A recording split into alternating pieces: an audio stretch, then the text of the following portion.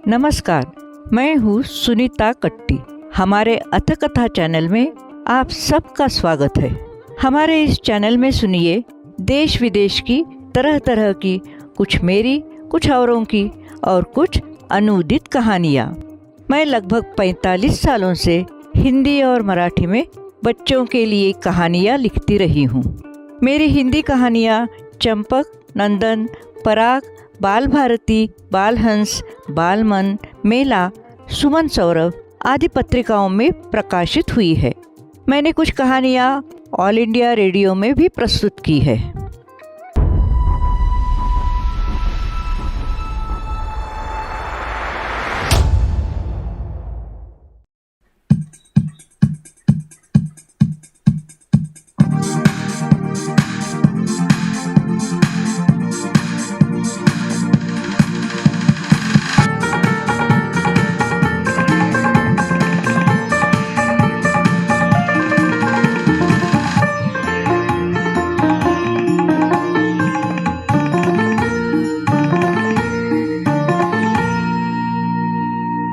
हिंदी की सुप्रसिद्ध कवयित्री और कहानीकार श्रीमती सुभद्रा कुमारी चौहान का जन्म 16 अगस्त 1904 को हुआ था।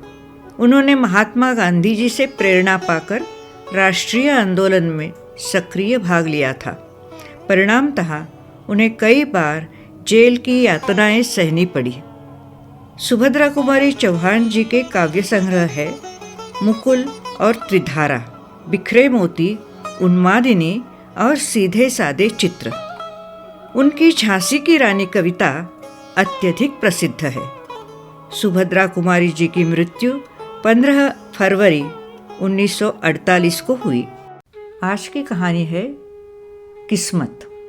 भौजी, तुम सदा सफ़ेद धोती क्यों पहनती हो? मैं क्या बताऊं मुन्नी। क्यों भौजी, क्या तुम्हें अम्मा रंगीन धोती नहीं पहनने देती? नहीं मुन्नी, मेरी किस्मत ही नहीं पहनने देती।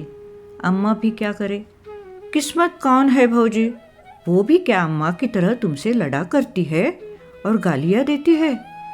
7 साल की मुन्नी ने किशोरी के गले में बाहें डाल पीठ पर झूलते हुए पूछा, किस्मत कहाँ है भौजी, मुझे भी बता दो। सिल पर का पिसा हुआ मसाला कटोरी में उठाते हुए किशोरी ने एक ठंडी सांस ली। बोली, किस्मत कहाँ है मुन्नी, क्या बताऊं? आंचल से आंसू पोंछकर किशोरी ने तरकारी बघार दी। खाना तैयार होने में अभी आध घंटे की देर थी। इसी समय मुन्नी की माँ गरजती हुई चौके में आई। बोली, 10 साढ़े 10 बज रहे हैं, अभी तक खाना भी नहीं बना। बच्चे क्या भूखे ही स्कूल जाएंगे? बाप रे बाप, मैं इस कुलच्छनी से हैरान हो गई। घर में ऐसा कौन सा भारी काम है जो समय पर खाना भी तैयार नहीं होता? दुनिया में सभी औरतें काम करती है, या तू ही अनोखी काम करने वाली है?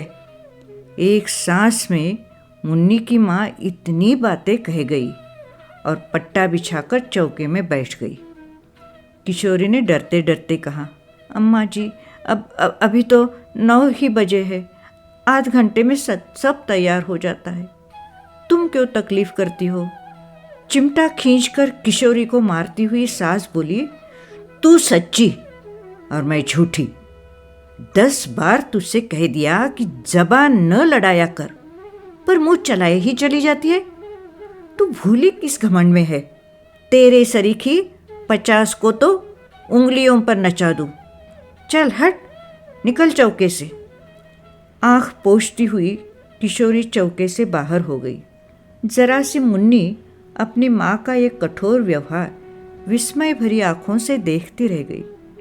किशोरी के जाते ही वो भी चुपचाप उसके पीछे चली, किंतु तुरंत ही माता की डांट से वो लौट पड़ी। इस घर में प्रायः प्रतिदिन ही इस प्रकार होता रहता था। बच्चे खाना खाकर समय से आध घंटे पहले ही स्कूल पहुंच गए। खाना बनाकर जब मुन्नी की माँ हाथ धो रही थी तब उनके पति रामकिशोर मुवक्किलों से किसी प्रकार छुट्टी पाकर घर आए। सुनसान घर देखकर बोले, बच्चे कहाँ गए सब? नथुने फुलाती हुई मुन्नी की माँ ने कहा, स्कूल गए, और कहाँ जाते? कितना समय हो गया, कुछ खबर भी है? घड़ी निकालकर देखते हुए रामकिशोर बोले, अभी 9:30 ही तो बजे है, मुझे कचहरी भी तो जाना है ना। मुन्नी की माँ तड़प कर बोली, जरूर तुमने सुन लिया होगा, दुलारी बहू ने 9 कहा था और तुम 9:30 पर पहुंच गए, तो इतना ही क्या कम किया? तुम उसकी बात कभी झूठी होने दोगे? मैं तो कहती हूँ कि इस घर में नौकर चाकर तक का मान मुलाहिजा है, पर मेरा नहीं। सब सच्चे और मैं झूठी, कह के मुन्नी की माँ जोर से रोने लगी। मैं तो ये नहीं कहता कि तुम झूठी हो, घड़ी ही गलत हो गई होगी, फिर इसमें रोने की तो कोई बात नहीं है। कहते कहते रामकिशोर जी स्नान करने चले गए। वे अपनी स्त्री के स्वभाव को अच्छी तरह से जानते थे। किशोरी के साथ वो कितना दुर्व्यवहार करती है, ये भी उनसे छिपा न था। जरा जरा सी बात पर किशोरी को मार देना और गाली दे देना तो बहुत मामूली बात थी। यही कारण था कि बहू के प्रति उनका व्यवहार बड़ा ही आदर और प्रेम पूर्ण होता। किशोरी उनकी पहली पत्नी के इकलौते बेटे की बहू थी। विवाह के कुछ ही दिन बाद निर्दयी विधाता ने बेचारी किशोरी का सौभाग्य सिंदूर पोंछ दिया। उसके मायके में भी कोई न था। वो अभागिनी विधवा सर्वथा दया ही की पात्र थी। किंतु ज्यों ज्यों मुन्नी की माँ देखती कि रामकिशोर जी का व्यवहार बहू के प्रति बहुत ही स्नेहपूर्ण होता है, त्यों त्यों किशोरी के साथ उनका द्वेष भाव बढ़ता ही जाता। रामकिशोर अपनी इस पत्नी से बहुत दबते थे। इन सब बातों को जानते हुए भी वो किशोरी पर किए जाने वाले अत्याचारों को रोक न सकते थे। 100 की सीधी बात तो ये थी कि पत्नी के खिलाफ कुछ कह के वे अपनी खोपड़ी के बाल नुचवाना नहीं चाहते थे, इसलिए बहुधा वे चुप ही रह जाया करते थे। आज भी जान गए कि कोई बात ज़रूर हुई है और किशोरी को ही भूखी प्यासी पड़ा रहना पड़ेगा। इसलिए कचहरी जाने से पहले किशोरी के कमरे की तरफ गए और कहते गए कि भूखी न रहना बेटी, रोटी ज़रूर खा लेना, नहीं तो मुझे बड़ा दुख होगा। रामकिशोर का ये वाक्य मुन्नी की माँ ने सुन लिया। उनके सिर से पैर तक आग लग गई। मन ही मन सोचा, इस चुड़ैल पर इतना प्रेम। कचहरी जाते जाते उसका लाड कर गए, खाना खाने के लिए खुशामद कर गए। मुझसे बात करने की भी फुर्सत न थी। खाएगी खाना, देखती हूँ क्या खाती है, अपने बाप का हाड़। मुन्नी की माँ ने खाना खा चुकने के बाद बचा हुआ पूरा खाना उठाकर कहारिन को दे दिया और चौके से उठकर बाहर चली गई। किशोरी जब चौके में गई तो सब बर्तन खाली पड़े थे। भात की बटलोई में 2-3 कण चावल के लिपटे थे। किशोरी ने उन्हीं को निकालकर मुंह में डाल दिया और पानी पीकर अपनी कोठरी में चली आई। आज रामकिशोर जी कचहरी में कुछ काम न होने के कारण जल्दी ही लौट आए। मुन्नी की माँ बाहर गई थी। घर में पत्नी को कहीं न पाकर वे बहू की कोठरी की तरफ गए। बहू की दयनीय दशा को देखकर उनकी आंखें भर आई। आज चंदन जीता होता तब भी क्या इसकी यही दशा रहती। अपनी भीरुता पर उन्होंने अपने आप को न जाने कितना धिक्कारा। बहू की धोती कई जगह से फटकर सी जा चुकी थी। उस धोती से लज्जा निवारण भी कठिनाई से ही हो सकता था। बिछोने के नाम पर खाट पर कुछ चीथड़े पड़े थे। जमीन पर हाथ का तकिया लगाए वो पड़ी थी। उसको झपकी सी लग गई थी। पैरों की आहट पाते ही वो तुरंत उठ बैठी। राम किशोर जी को सामने देखते ही संकोच से जरा घूंघट सरकाने के लिए उसने ज्यों ही धोती खींची, धोती फट गई। हाथ का पकड़ा हुआ हिस्सा हाथ के साथ नीचे चला आया। राम किशोर ने उसका कमल सा मुरझाया हुआ चेहरा और डबडबाई हुई आंखें देखी। उनका हृदय स्नेह से कातर हो उठा। वे ममत्व भरे मधुर स्वर में बोले, तुमने खाना खा लिया है बेटी? किशोरी के मुंह से निकल गया नहीं। फिर वो संभल कर बोली, खा तो लिया है बाबू। रामकिशोर ने कहा, मुझे तो ऐसा मालूम होता है कि तुमने नहीं खाया है। किशोरी कुछ न बोली। उसका मुंह दूसरी ओर था, आंसू टपक रहे थे और वो नाखून से धरती खुरच रही थी। रामकिशोर फिर बोले, तुमने नहीं खाया ना? मुझे दुख है कि तुमने भी अपने बूढ़े ससुर की एक जरा सी बात न मानी। किशोरी को बड़ी ग्लानि हो रही थी कि वो क्या उत्तर दे। कुछ देर में बोली, बाबू, मैंने आपकी आज्ञा का पालन किया है। जो कुछ चौके में था खा लिया है, झूठ नहीं कहती। रामकिशोर को विश्वास न हुआ। कहारिन को बुलाकर पूछा तो कहारिन ने कहा, मेरे सामने तो बहू ने कुछ नहीं खाया। माँ जी ने चौका पहले ही से खाली कर दिया था, खाती भी तो क्या।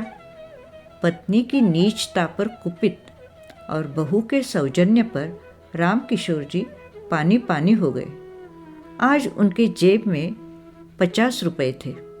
उसमें से 10 निकालकर वे बहू को देते हुए बोले, ये रुपए रखो बेटी, तुम्हें यदि ज़रूरत पड़े तो खर्च करना। इसी समय आंधी की तरह मुन्नी की माँ ने कोठरी में प्रवेश किया। बीच से ही रुपयों को झपट कर छीन लिया। वो किशोरी के हाथ तक पहुंच भी न पाए थे। गुस्से से तड़प कर बोली, बाप रे बाप, अंधेर हो गया। कलयुग जो न करावे सो थोड़ा ही है। अपने सिर पर की चांदी की तो लाज रखते। बेटी बहू के सूने घर में घुसते तुम्हें लाज भी न आई। तुम्हारे ही सर चढ़ाने से तो ये इतनी सर चढ़ी है। पर मैं न जानती थी कि बात इतनी बढ़ चुकी है। इस बुढ़ापे में भी गड्ढे में ही जाके गिरे।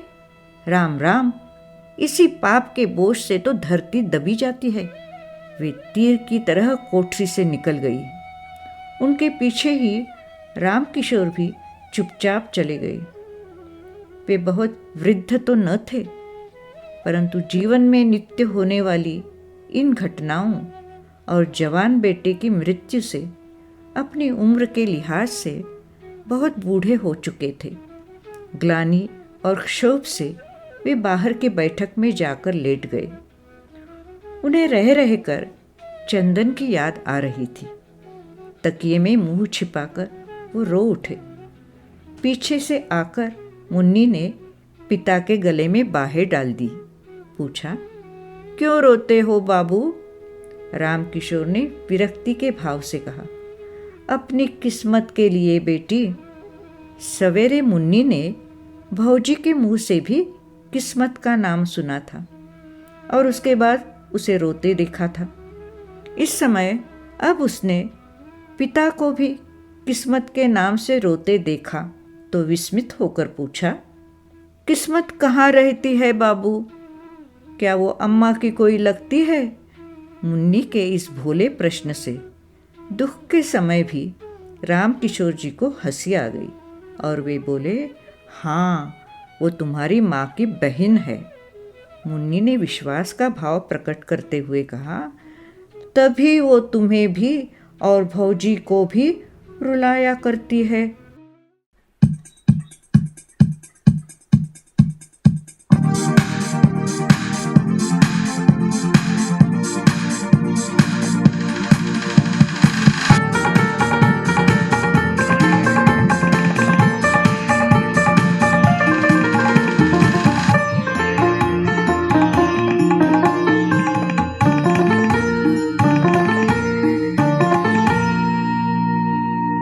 है ना मज़ेदार कहानी।